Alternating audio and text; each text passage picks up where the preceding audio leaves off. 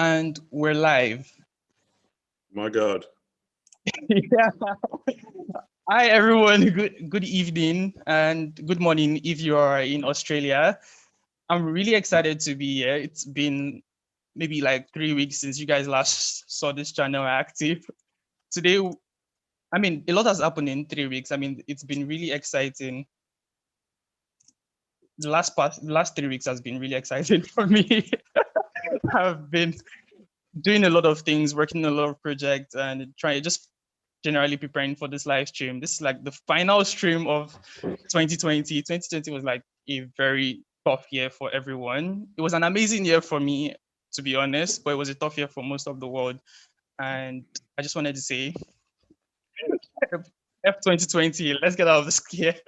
Today we have the amazing James Cohen, the man from the future, because Australia is literally in the future, is like one of the people I really look up to because it's like in the other part of the world, and I'm always generally curious about every part of the world. And is that one person that has really worked hard to build a community in somewhere like Australia, and Australia and Nigeria generally not two words you see together, and it's amazing to learn from you. So like, James, how are you doing today? How is Australia this morning? Good morning, ROJ the GOAT. I love your name. Thank you. Yeah.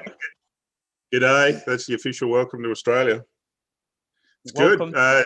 We had a big storm here last night, so it's horrible and grey and cold and rainy at the moment. Wow. Normally it's summertime and super hot. But great to be here. Thanks for having me. Wow, thank you very much. It's amazing having you. And like, one of the most amazing thing about you is your accent. Like, there is so much barrier between us. Like, you sound so. I'm used to hearing like an American person, and I'm used to like hearing the normal American accent, but like the Australian accent is so different. I can dial it up. I can really bung it on. G'day, mate. How you going? What would you like? Welcome to Australia. You want a snag on the bar? No, you sound even more Australian than before. So I think we should just get it. That's Australian, and this is just kind of city Australian. Wow. And I think it's really amazing learning about Australia and how the language sounds and how everybody speaks. It's really interesting. I'm usually used to like the American accent or the British accent. Even the British, I kind of struggle with it a little bit. And Australia kind of has like so many different British accents in such a small country, but Australia was so big, but we've pretty much got two accents: the city or the country. Wow. That's it. And I'm not used to the Australian accent at all, and this is like my second time hearing someone say it very well. Well, you tell me if you can't understand me. If I say anything weird, like I can't think of any cool Australian, fair income. Yeah. Okay, so I think we should just start with the questions. The first question I would like to ask is, how did you become a motion designer? I've kind of like gone through everything about you. The things that you see immediately on the internet is your work from Yes Captain, which I really, really love, by the way. I think I told you about that We Rock the Boat video, and how I was like, I loved it so much. I'm making a video just like it, and it was an amazing inspiration for me. And I just wanted to know how I haven't seen anything other than like it was really difficult to check anything other than the Yes Captain work until I saw your YouTube channel and your old reel and all. Like, I'd really love to know like your backstory, how you became a motion designer, and what inspired you to be a motion designer. Well, I'm flattered. I don't think there's anything terribly original about my work. I would try to be, but I think originality is the hardest thing to do. Where we're inspired by other studios just as much as you are. I think I became a motion designer by accident, or maybe it was always meant to be. I was always drawing as a kid. I was never good at sport, never interested in sport. So I was always inside, even on a summer's day, drawing on a big drawing table that I got for Christmas. Wow. And I ended up going to, after school, I went to university and did a film degree, but I nearly went in the animation course. I kind of applied for both. But I chose the film live action course because I wanted to make movies. I was always playing with computers. Hey? No, you coughed and I was saying take care. Oh, I was saying bless you. oh, thank you. Yeah, I've got the virus. No, hopefully not. I shouldn't say Oh. that. Joke, too soon. Yeah, so I applied for the live action film and TV course, 3-year degree in that. And it was weird in my interview. They thought I didn't have that much to show. I mainly had drawings. So they sent me up to the animation department. And I thought, oh no, I'm not going to get in. I better try for the animation course. And then a couple of months later, I got into both and I had to choose. It was quite a fork in the road. And I chose film and TV, and I'm glad I did, because it was a good foundation in storytelling and, you know, narrative and editing and directing and all those things, which then still comes back to motion design and anything, really, any content creation. I think you've got to have that foundation, that, and a good sense of design. And when I was doing my degree, it was in the mid-90s. And yeah, I know, I'm old. You know, look at that. And the web was exploding, obviously. That was, you know, pretty much the real birth of the internet. And I was kind of curious as to how web pages were made and all that. So I used to sneak into the course, the teaching of web design, even though I wasn't supposed to be in there. And when I finished university, my first job was web design. And then that led to multimedia and Flash and Macromedia and all those old programs. And then that led to learning 3D. And so I kind of then came back around to animation. Okay, so I'm curious to know, because Blender was my first 3D software. And Blender was I think Blender came around the 90s or the early 2000s. Then I moved on to Cinema 4D. But we're talking about the 90s and early 2000s. What was your first 3D software? Lightwave. Lightwave. I've never seen Lightwave. It's old now. Great. It was great back in the time. It was very strange. There were two different programs. You had to open up one if you wanted to model anything, and you had to open a different one if you wanted to take those models and animate them. Well, I'm like seeing an image of Lightwave now, and it looks ancient. Yeah, like me. Lightwave. And then when I got a job, my first full-time job after the web design job, I got a job in a multimedia company, and they were using 3D Studio Max, which was horrible. And me and another guy there convinced them to get Maya. So we went Maya, and used that for a long time.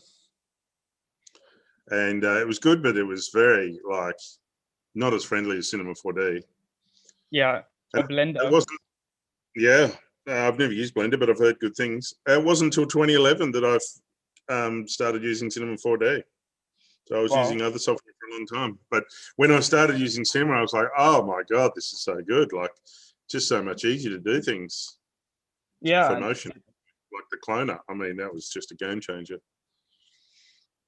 I think Cinema 4D is like the best thing for 3D in general. It's just terrible for character animation. But for motion, it's like... People say that. People think Maya is the king for character animation, but I don't think that's true. I think there's a lot of great tools in there for character animation. And it just comes down to the artist. I think the tools are there. If you can play with them and bend them to your will, there's probably more tools in Maya for character animation. But you look at the work of another great Australian, Jessica Herrera. I mean, her work's awesome. I think she uses probably both, but she does a lot in Cinema 4D of character stuff. That makes sense.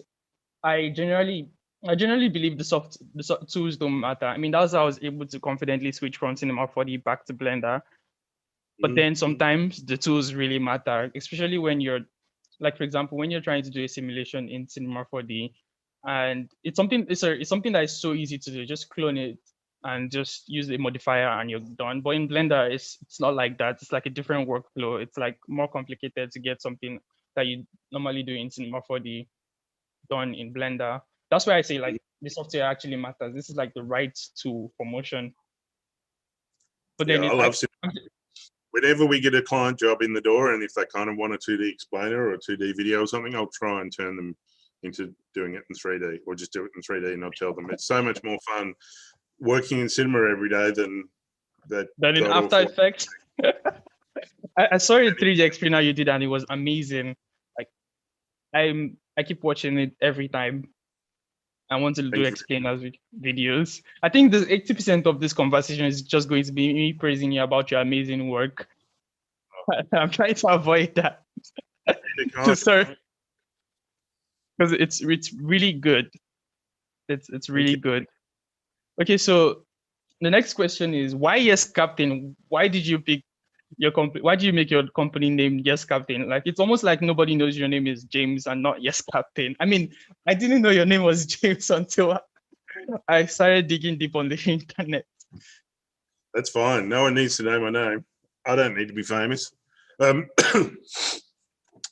a long time, I really liked a lot of studio names that just had one word. So it's funny that I ended up choosing, I think I was going to call it Captain, but that wasn't enough because there were a lot of cool companies in Australia at the time called Engine and words like that that were just a single word, and it was really cool. So I was looking for something like that. But in truth, it's kind of modeled and named after my dad. When we were young, when I was a kid, my dad had a boat. It was a small boat, and we used to go out on it all the time. And my dad had a beard, and he used to smoke a pipe. And he had a little captain hat. And there was a logo back in the 80s of outdoor motors, boat motors, engines, and the logo always looked like my dad. So it was a combination of all that. And I grew up near the water, and I'm an Aquarian, and I always liked the water, and so it's all kind of connected to that.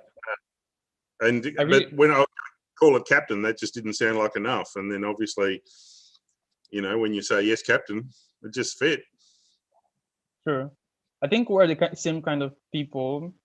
Maybe not the same kind of person, because I'm generally inspired by the things that are around me, except yellow. Yellow just chose me. I didn't pick yellow as my favorite color. It just chose me. It just felt like, oh, Olamide or Roland or Roj, I am your favorite color. Just keep using me forever. I feel like that's it. What'd you say? You use yellow well. It suits you. Keep it up. Don't change. Thank you. Thank you. I feel like that's how Captain is like for you. It kind of chose you because I don't think you chose to be a person who is always around the water or who was always around the water, or you didn't choose for your dad to like Captain Arts. It kind of chose you.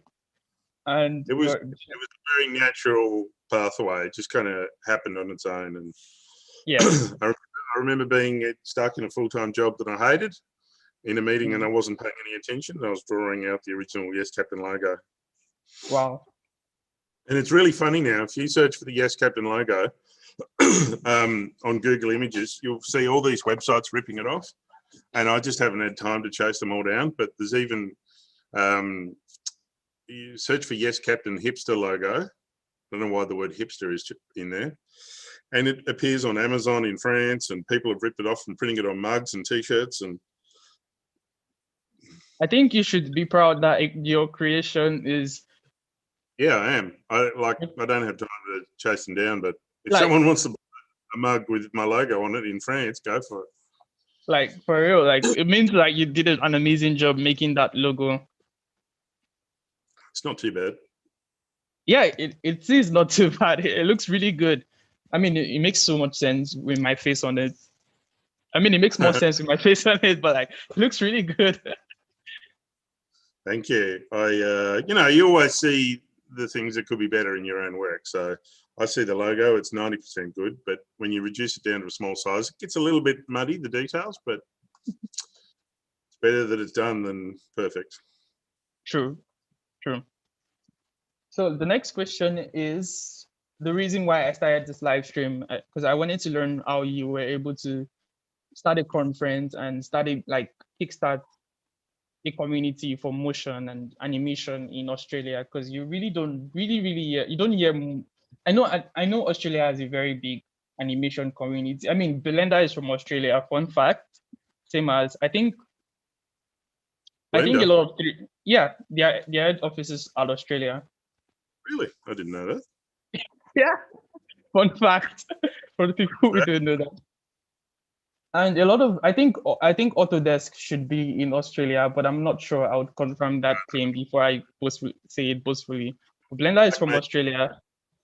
Magic is, the people that make Fusion and DaVinci Resolve. Yes. Australia has like a big CG community, I think, a big animation and film community. Yeah.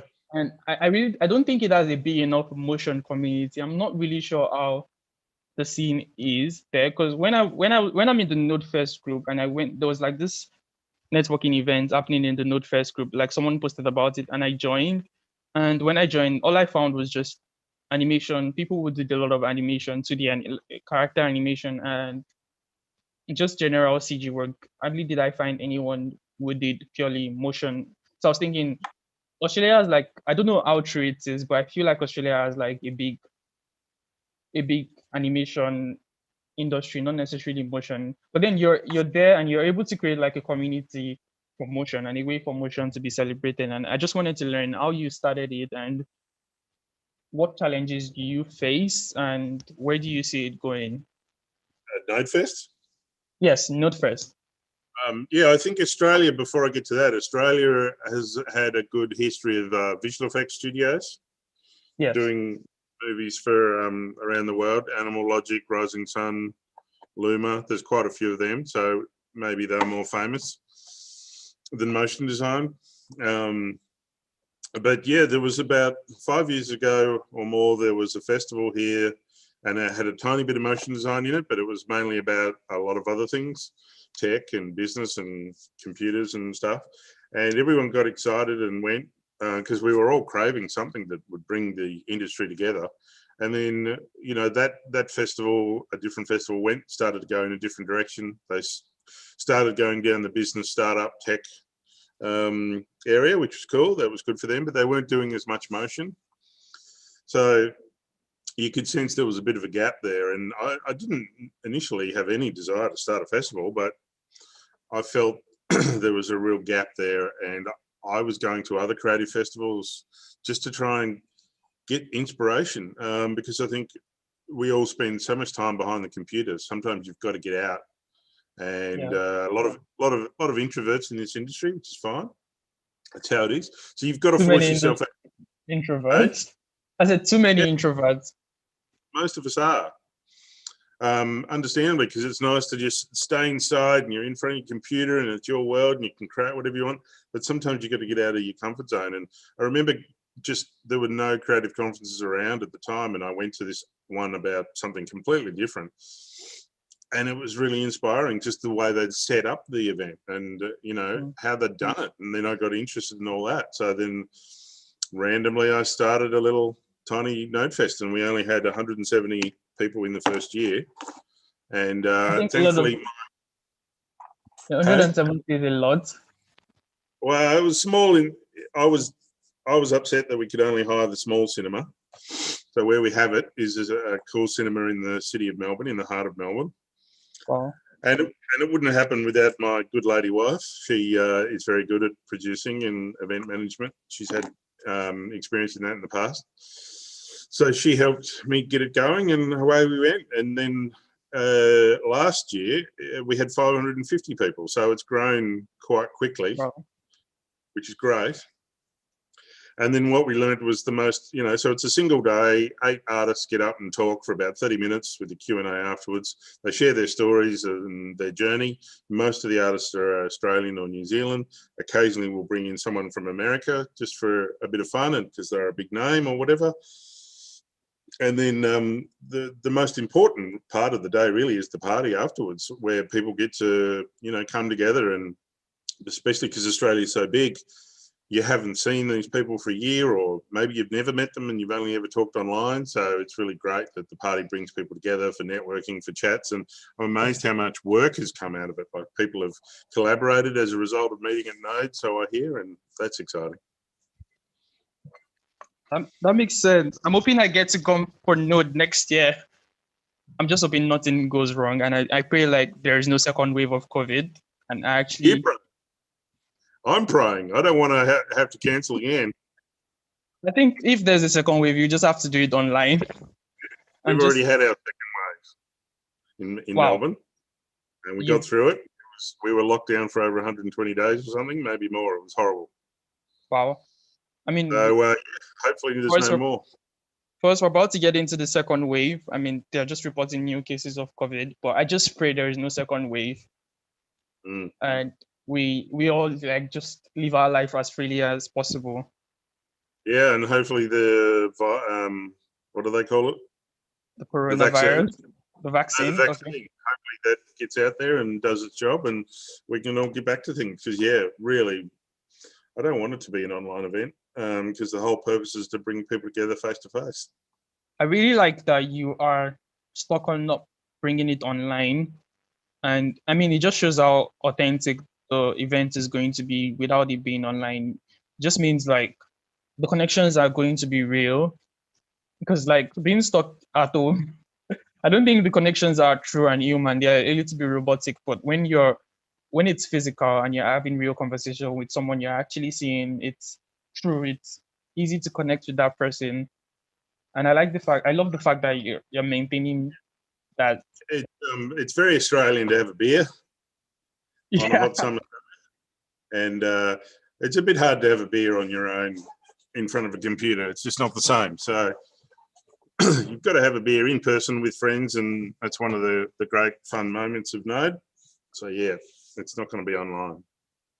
Never. Like I love the fact that it's not going to be online. I pray nothing happens and I get to come next year. Well, you can So, never like, say never. But yeah, it's just doesn't appeal to me. They'll turn it into a Dungeons and Dragons festival or something. yeah, Nerds sitting on their computer screen. Who wants to watch that?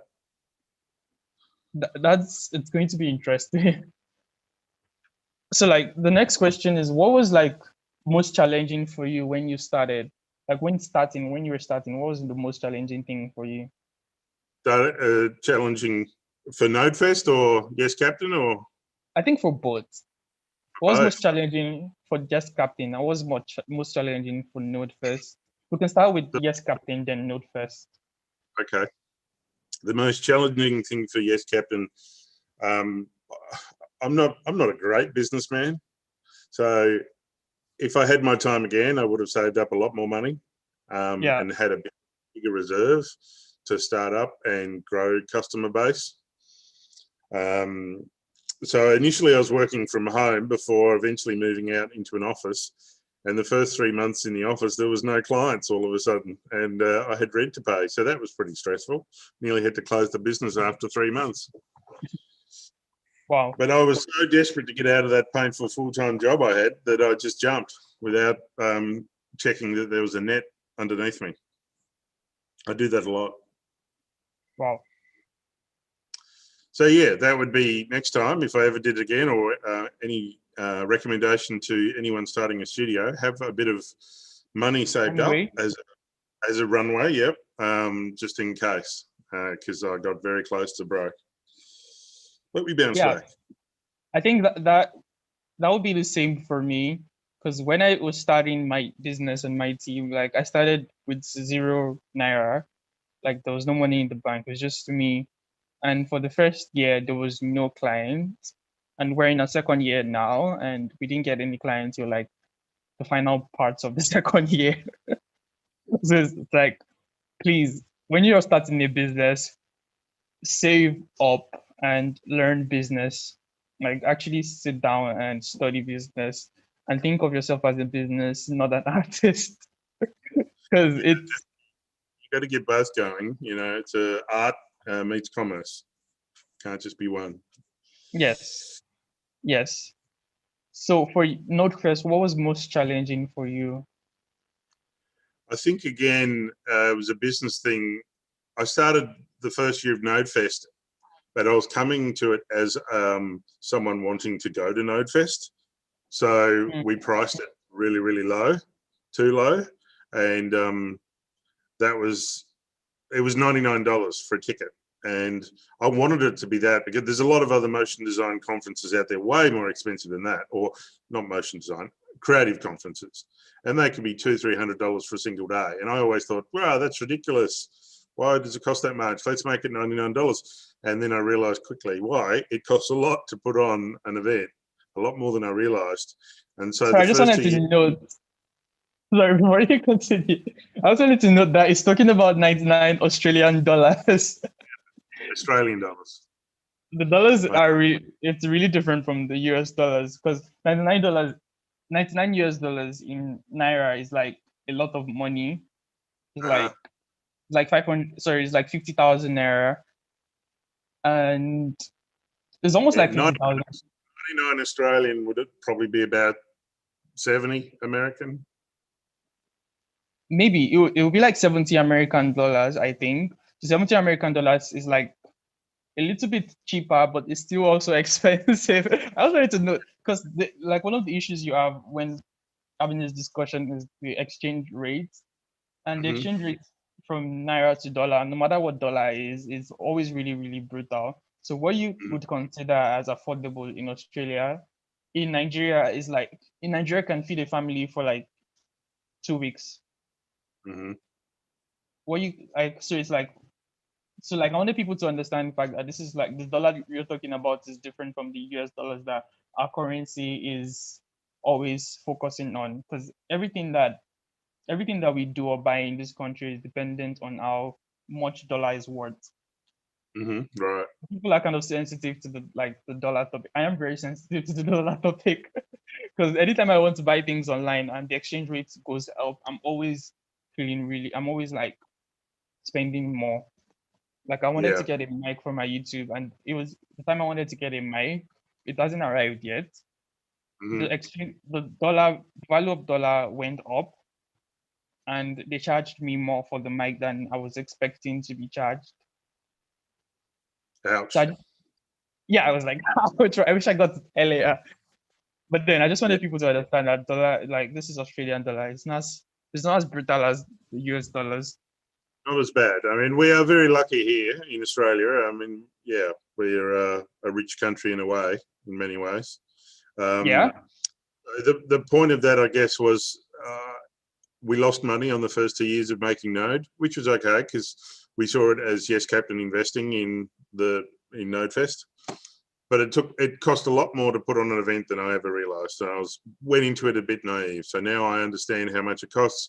And over the years, we've tried to reframe, how much a ticket is and still be competitive with other events. And that's been the biggest challenge, to get that balance right.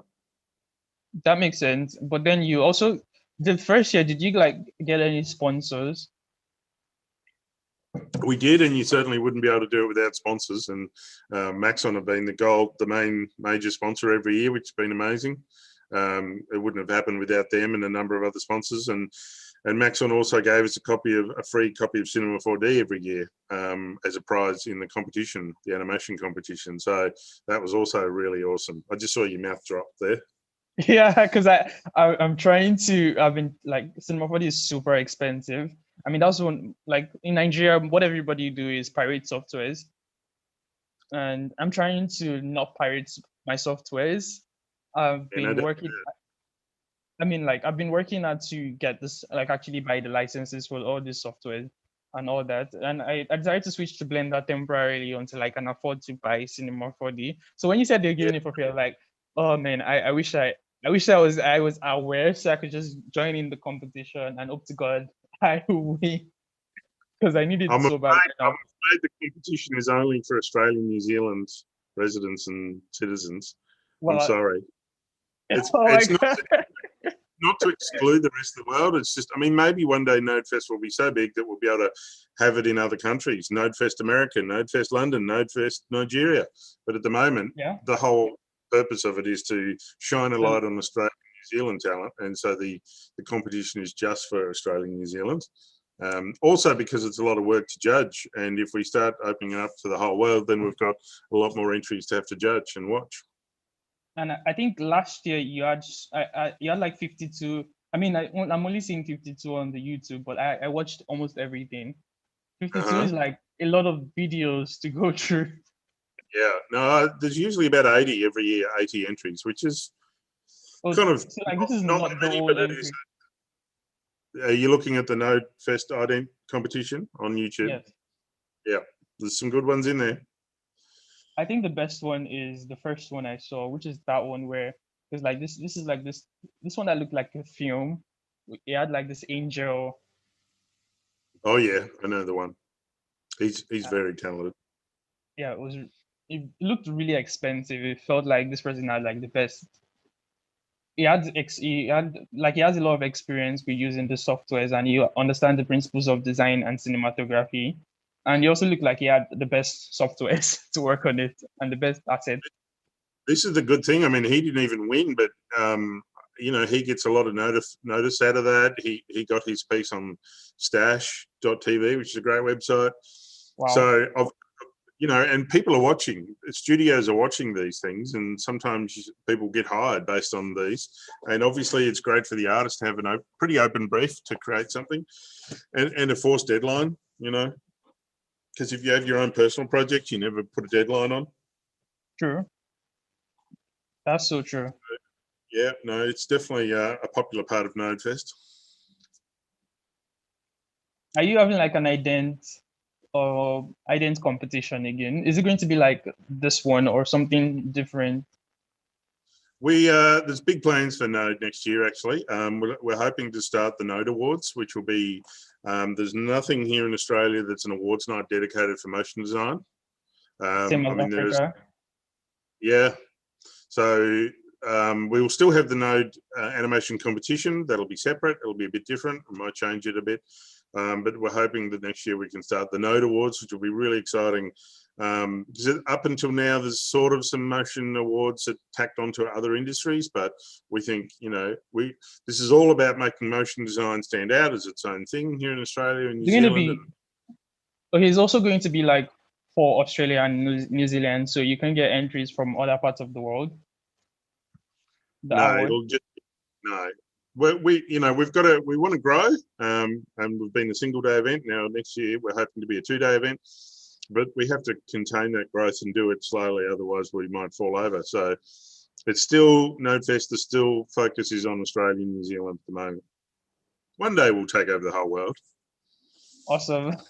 I'm surprised you don't want to take over the whole world, because maybe you want to, but you're taking your time, and that is like a very, very smart move.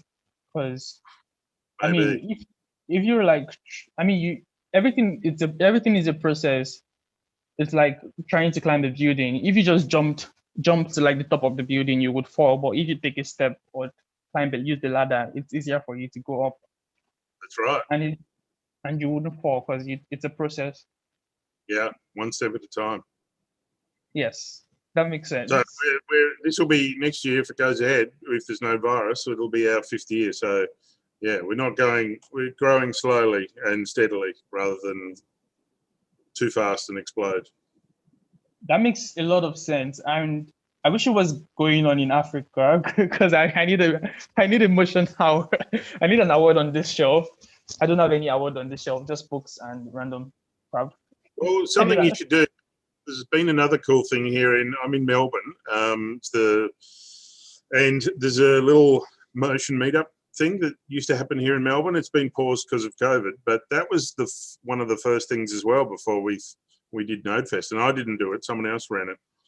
Wow. And it's just a small little gathering in a small theatre. Maybe, I don't know, 50 people would come, maybe 25 people would come, and you would just have beers and watch some motion graphics on a video. And you should totally start that up and see if you can get some sponsorship. So it's just a small little, Cinema 4D meetup or After Effects meetup. There's lots of these meetups that happen all over the world. And actually, I think School of Motion even try and support some of them. Well, they used to. Yeah, I think and you've they did for their alumni.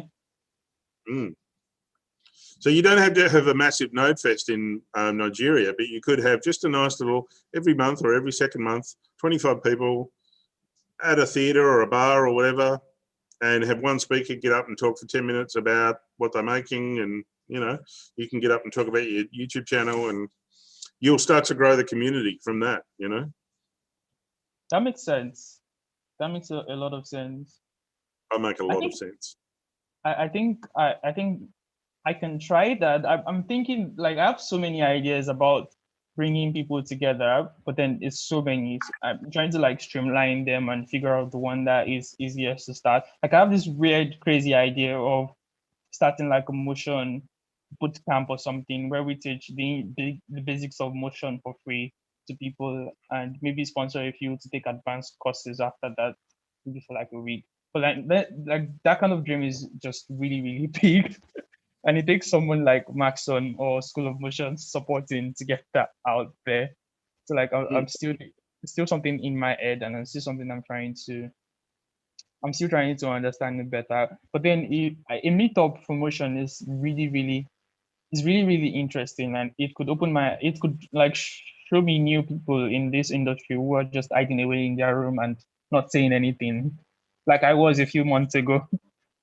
Well, I think what you're doing already is amazing because, I mean, to be honest, I would never have thought of motion design in West Africa until your channel started. So now you're making me think motion design exists in Nigeria, which is great. So you're already highlighting motion design in your part of the world.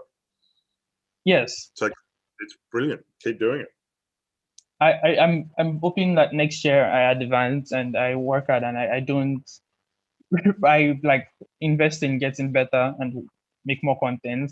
Right now, it just feels like I'm lazy. I'm being lazy because I haven't really made much videos.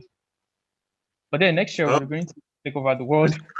you've already interviewed some really good, some great talent. And, I saw the one with Joey from School of Motion. It's fantastic.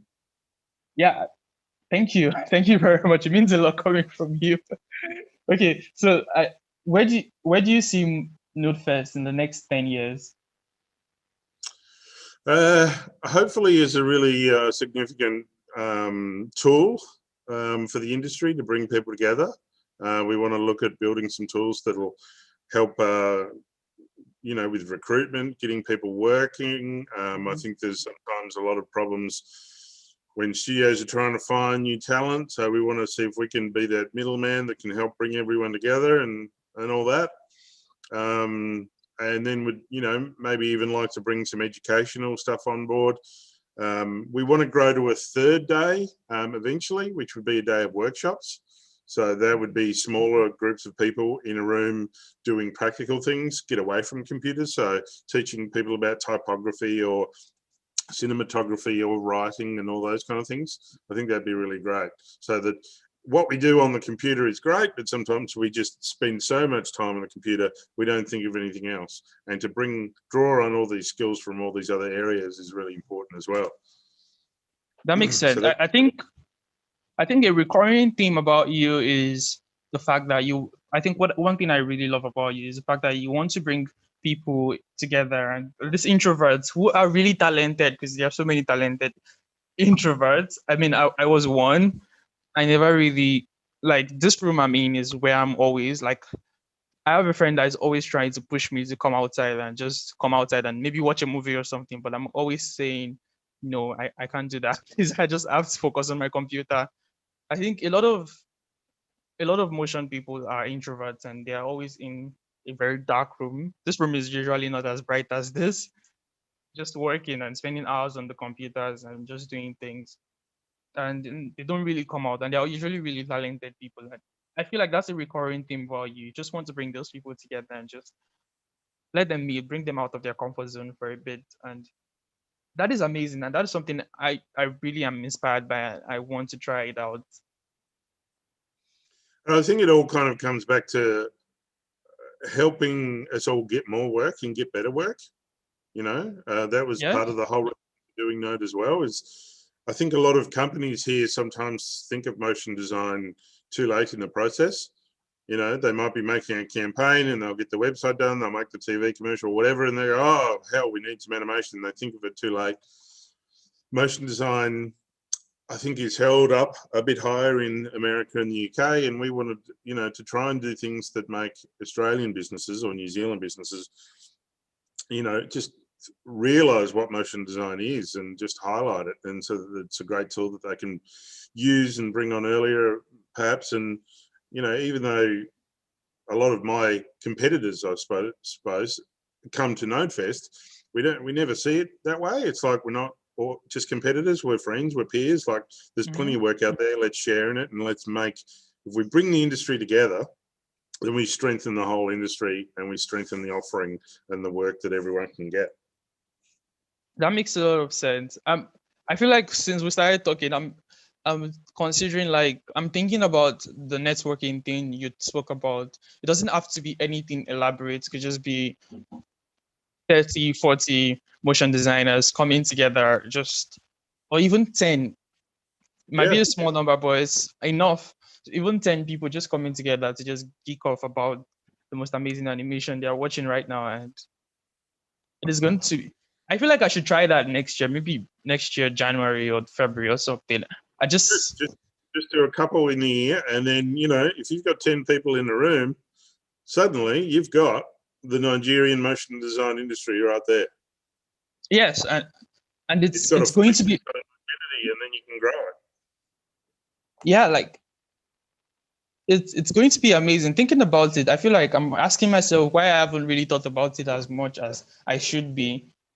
Mm-hmm. Like, it's good. I'm always thinking about the community. How can the community grow? For me, in my mind, I think the community doesn't exist. But talking to you, I realized that, okay, maybe the community exists, but a lot of people, I feel like you might have felt that way when you were starting. Like, the community maybe doesn't exist yet for motion.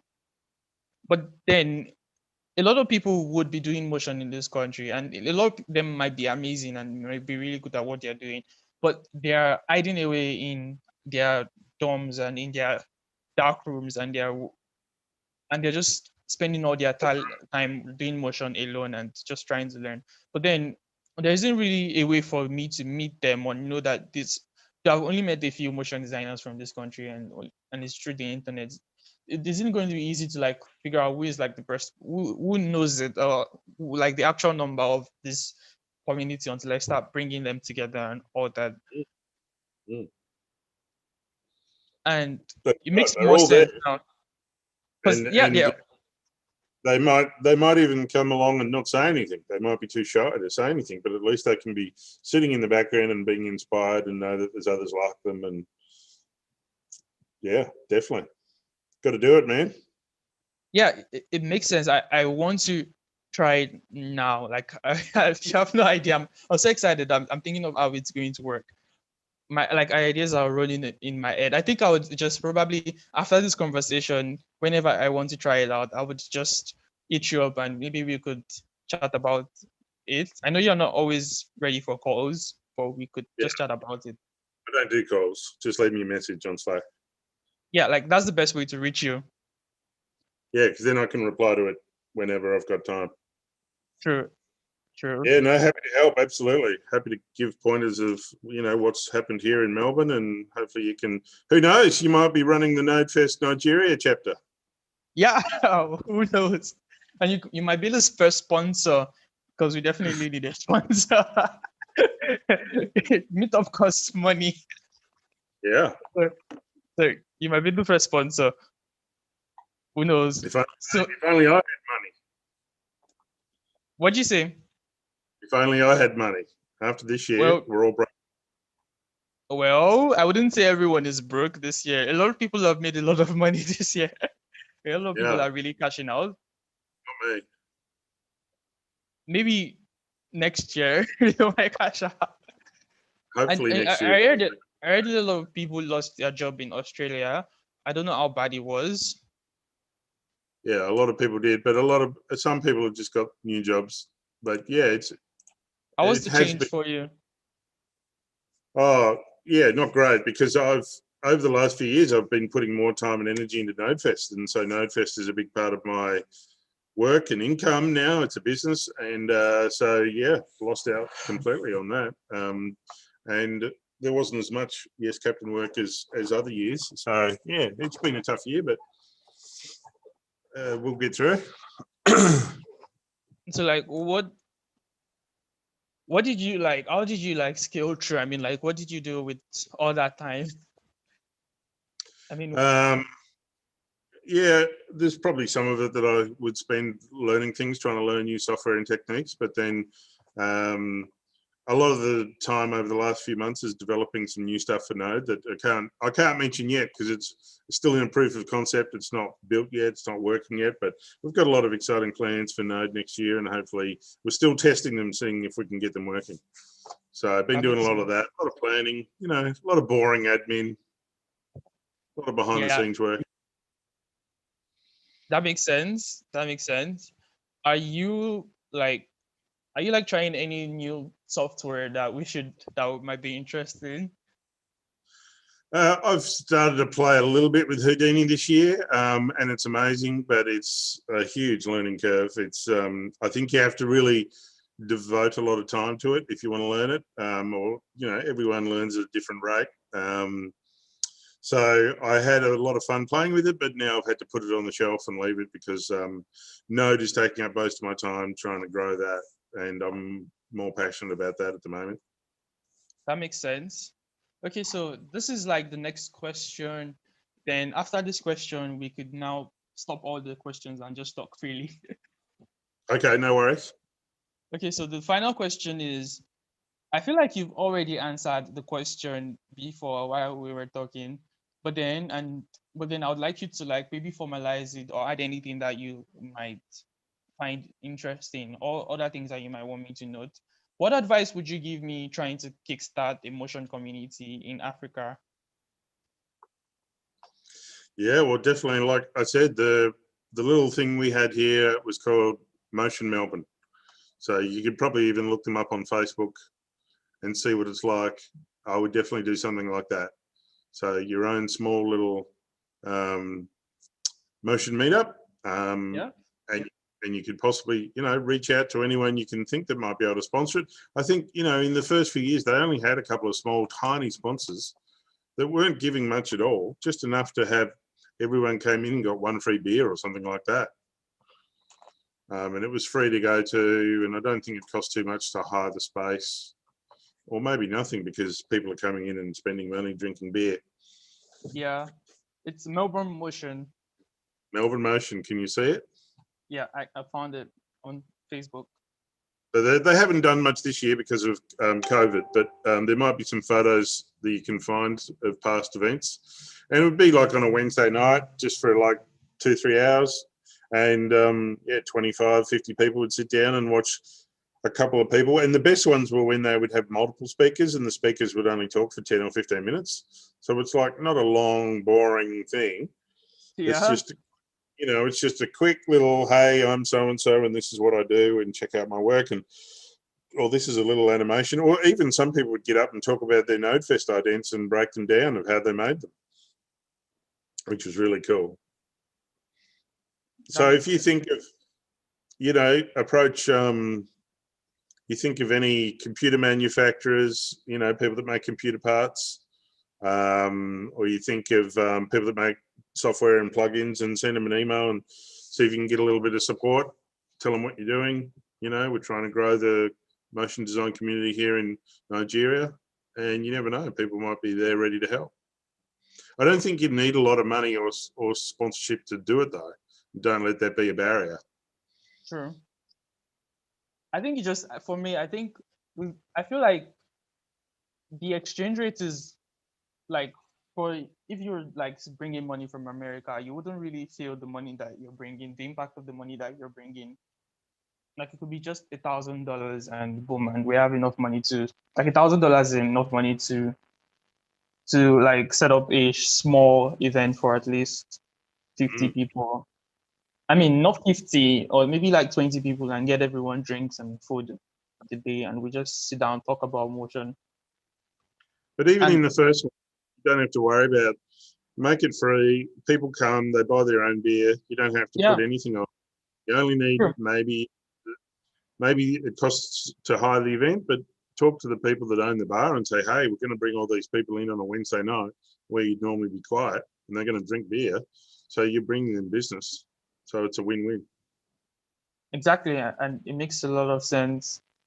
Like I'm learning a lot. Yeah, there's so much to learn. I think I just need to stop. I just need to think. I just need to find an easy way to start and just just do it. I mean, stop overthinking about it. Just do it. Yeah, make a plan for it for next year. Go and see a few bars and see if they'll help you out, and somewhere that's easy for people to get to. And just do maybe 2 or 1 every quarter. 4 events in the year, 2 events, whatever. And then see what people think. Makes a lot. It makes a lot of sense. Actually, like it does make a lot of sense. And I think I would I would work on it. I'm going to maybe find a couple of people to help me set it up and we'll do it together. Mm. Okay, there's no next question. We're in that phase where we're just going to be talking about anything we like. I didn't really plan so much question coming here because this is like the final stream of the year and you're like a really interesting person. And I just wanted to be the one thing about this channel is I want it to not be robotic and I want everyone to be as free as possible. And I want it to feel like a conversation about motion. Nothing we say is the final say.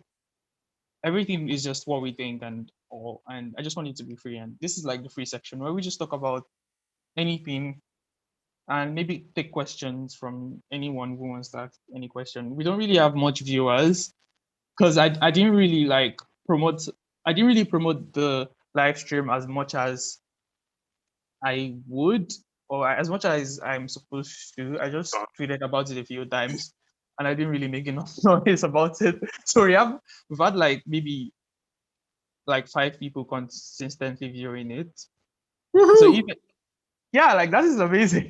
I don't really have I don't really have like a very big audience to be honest. Well, But that's then all I'm right. You got to start somewhere. yeah, but then I'm grateful for the 5 people.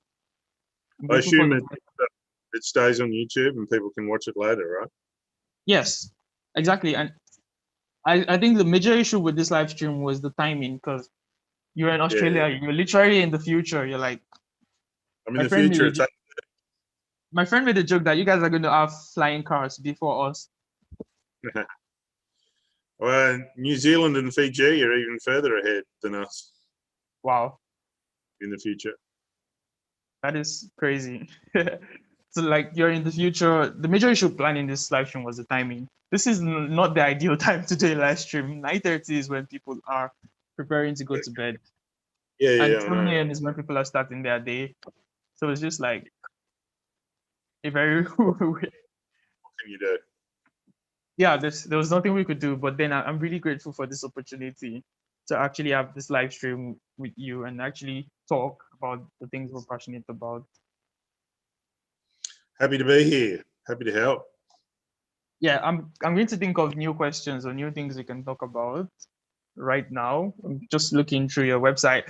I think maybe we could just look at your work and maybe just talk about things, how you were able to achieve a couple of things. I'm going to share my screen now and we can just look at some of your work because I have a lot of questions about your work. This is the opportunity to take advantage of that.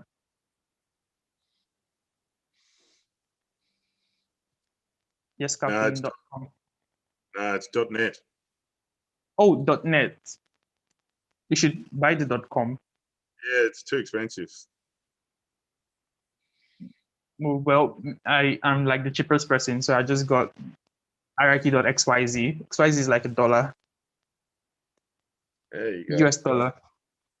I I don't want to ask about this video because you already because it would be like you're just giving me the cheat code to making something similar. So I'm just going to ask about the section explainer video, which is like the most advanced explainer video I've seen. It just has so much 3D stuff and so many things going on. Thank you. I think I'm going to just leave a project link on the chat so people can check it out. Yeah. And I'm going to, sorry, let me take this away.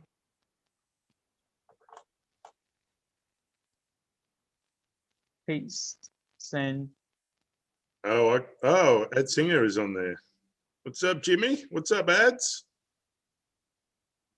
They're really amazing people.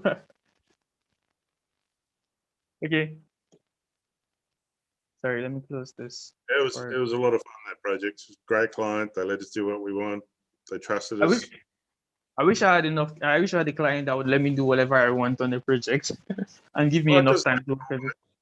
it doesn't happen always, but you know, when you make the right relationships, and we got lucky with a cool young company, and one of the main contact has done a lot of graphic design stuff in his past, so he understood what it's like to, you know, if you hire a creative, just let them do their thing. That makes sense. I think that's the thing with young companies. They're always open to new ideas. Unlike the new companies who have they have like a more rigid structure, like corporate structure. So like it's really difficult for them to deviate to new things and try out. I think that's the biggest problem with huge corporate entities is the fact that they're always solid on techniques and not solid on what they already know on their experiences. So they're never open to new ideas. Or maybe some of them are, or most of them are Well, not open to new it ideas. was the client, they had a script and we thought it could be a bit better, and we made some suggestions and they were happy with that. And good luck if it plays Vimeo. We're going to try and watch it now. Let me just share the audio. Are your conversations private? Is your location known? Who the hell can you trust? Don't assume your messaging app is keeping your private.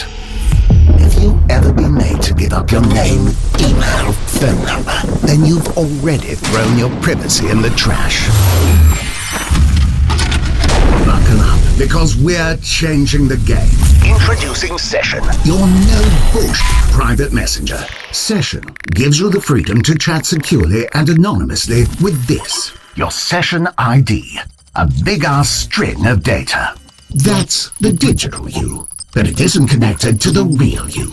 So you're safe, safe as houses. Nobody can look up your Session ID and link it back to you. Session can't be hacked or leak data, because it runs on a freaking massive decentralized network scattered around the world. Nobody knows what you're saying or who you're saying it to, thanks to Session's blend of end-to-end encryption and anonymous networking tech. Take back your privacy, because the big players don't give a shit about your best interests. Send messages, not metadata. Use Session.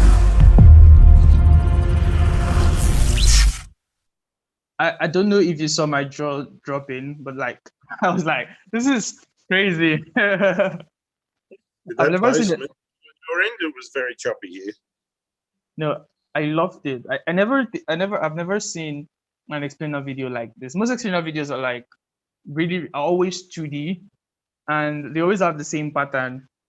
There's like, have you seen this business? Do you have this problem? This is the solution to this problem. This problem does this product does this and this and this, and that's how most explainer videos are. But yours is like a movie, like a feature film.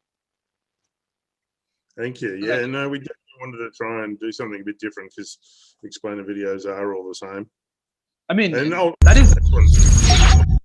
Are What do you say? Explainer videos are all the same, and this one still, it's also saying, you know, here's the problem, here's the solution. But then it says it in a very different way. Yeah. It says it in a very different way, in a way that people don't expect. I mean, I used to say I hate explainer videos until I watched this one, which is like a new style of explainer videos. The kind of explainer videos that feel cool and isn't really careful with the language and the wordings, because you were able to say shit. Yeah, well, you know, you got a cool client when you can put a bit of swearing in there, and we still kind of cover them just in case, but we just wanted to make it really edgy. And I love the voiceover. Like, it's really, really creative, and it sounds like a story rather than an explainer video. It sounds like a movie. It feels like a movie. Maybe trailer. What, like, how did you come? Like, what was your creative process like on this project? It's a good question. It's so long ago now, I've got to try and remember it. You know, you get the brief from the client, and we saw their script, and then we just had a go at our version of the script to turn it around. And then if you go to their website, getsession.org, I think it is, you can see that their color palette is all the blacks and greens and stuff. So it's like my black and yellow. Yeah. So we're going to draw from their color palette and their brand guidelines, and it's all about encrypted messages, and they had a lot of other cool material. Is there a blog? Go to the very bottom and see if there's a blog link? There's a blog. No, the blog. Click that. It might show some of their cool imagery that they had. So they had a lot of stuff like that, where it's very, you know, They have glitches. glitchy and stuff, and a lot of this inspired us to. That was the jumping off point. So we wanted to have this really fucked up, for want of a better word. Can I say that? Yeah, you can. Like, it's a free word. Oh, they have like this glitchy black and green stuff. All the black and white and the green and it's all glitchy and stuff. So yeah, it was a pretty cool jumping off point. So then it was just bringing that into a 3D world, I guess. Mm. And the key for us in our approach is lots and lots and lots and lots of previews. So we just punch out in cinema really quick shots, really rough, grayscale, no color, no design. Just get ideas happening and get them into the edit, drop them into Premiere, and really let the edit decide the shots and the pace and the style and stuff like that. And then we get an idea of how many shots we need and how long each shot goes for. And it's really very late in the process that the shots become really nice and sexy. And we spend, there must have been over 20 or 30 different versions of it, just moving shots around and, you know, Well, let the edit dictate. I'd love to see the process shots if you end up sharing it. Yeah, well, let me see if I can find some. Hang on. Okay.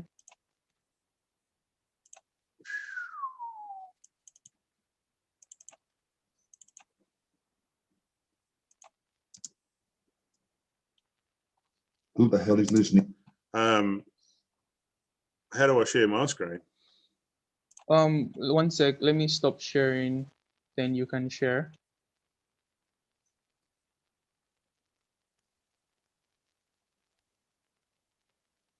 Right. All right, you can share. Share screen. Hopefully that. Share. So this would be one of the very first versions of the animatic. Who the hell is listening in? Can you see that? Who's tracking your I every can. move? Who the hell can you trust? We rely. So I'll turn this. Private. Has your messaging. So we were just putting in still images. Click on like new share, then click on share screen, not the windows, because I'm only seeing your window. Okay, got you. Hang on. Now you can now go to like the video and it shows exactly what your screen is. Can you see the video? No, I can only see your window. Just trying to get back to It's like at the bottom. you share, right? Okay. Yeah.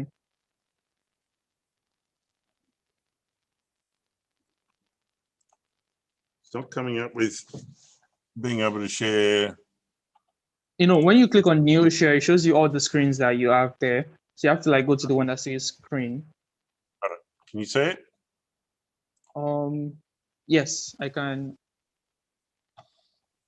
Now it's showing You you. see- Wow, you have a really big screen, by the way. You see white text and can you see Oh, the yeah. video? I can see the video. So this is, I'll keep the audio off because it's distracting, but this is what we'll do as our first pass is just, there's lots of images and just get images from anywhere, even still images. And then sometimes, can you still see the screen? Yeah, I can. We had an idea with a cow in there initially. So this is just lots of wireframe stuff out of cinema.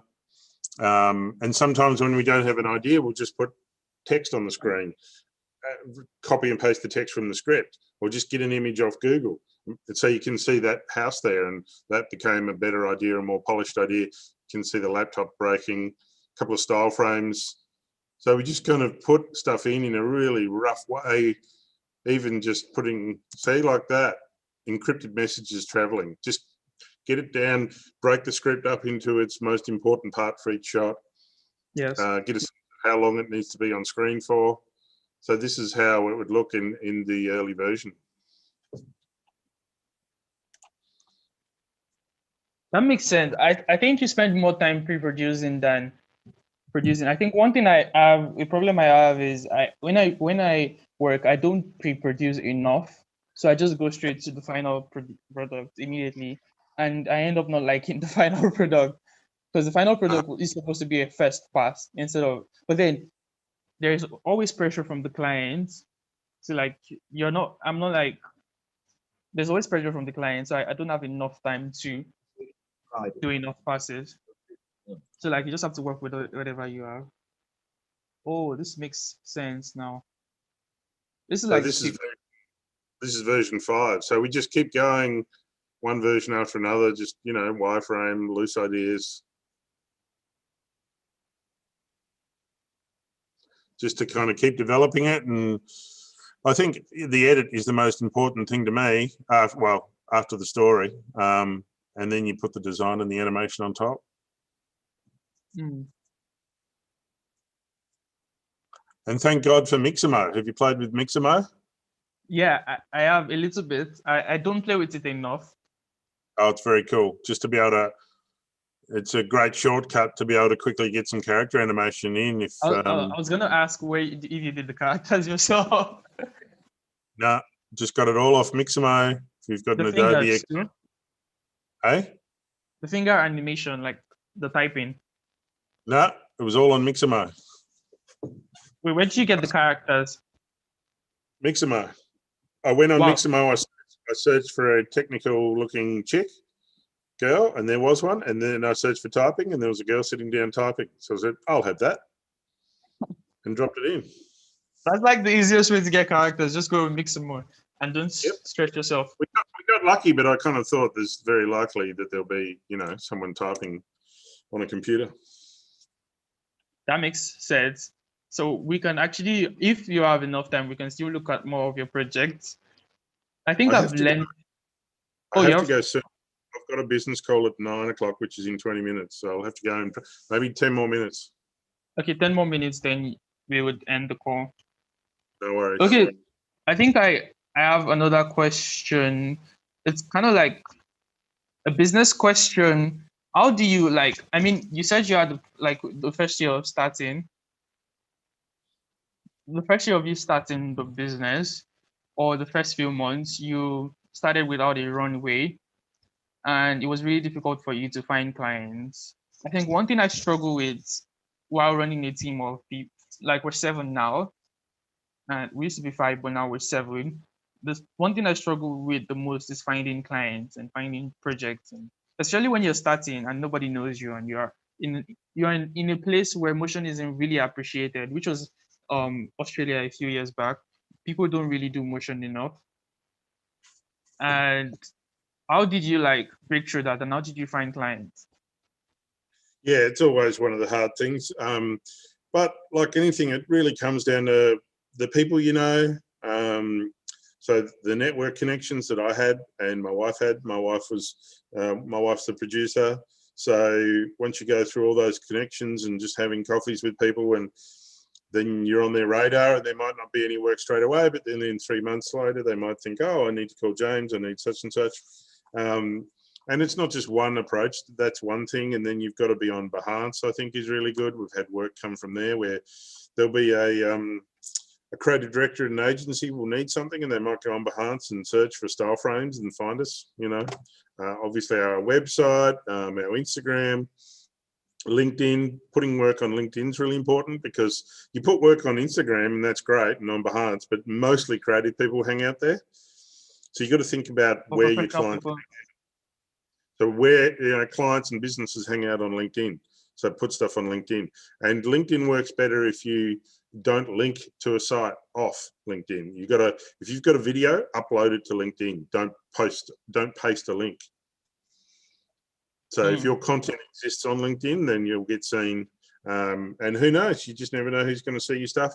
And keep making your own stuff. You know, it's one thing to put client work up there, which is fine, but put your personal projects up, make personal projects, so that people get a sense of what you're really passionate about. And if you demonstrate your passion and your expertise, I think that shines through. And I think that's why you see a lot of people these days doing behind the scenes a process, which I haven't done one yet for the session video, but if you can show how you made things as well, the process of your design and thinking and strategy and whatnot, I think clients really like that. That makes a lot of sense. Then it's just constantly emailing people, not a cold call though. You're not emailing saying, hey, I need some work.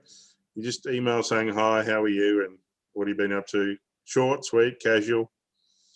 You just want people to have you at the top of their mind. Yes. That makes a lot of sense. I think I need to step up my networking game and step up my team's networking game, because we definitely don't network enough.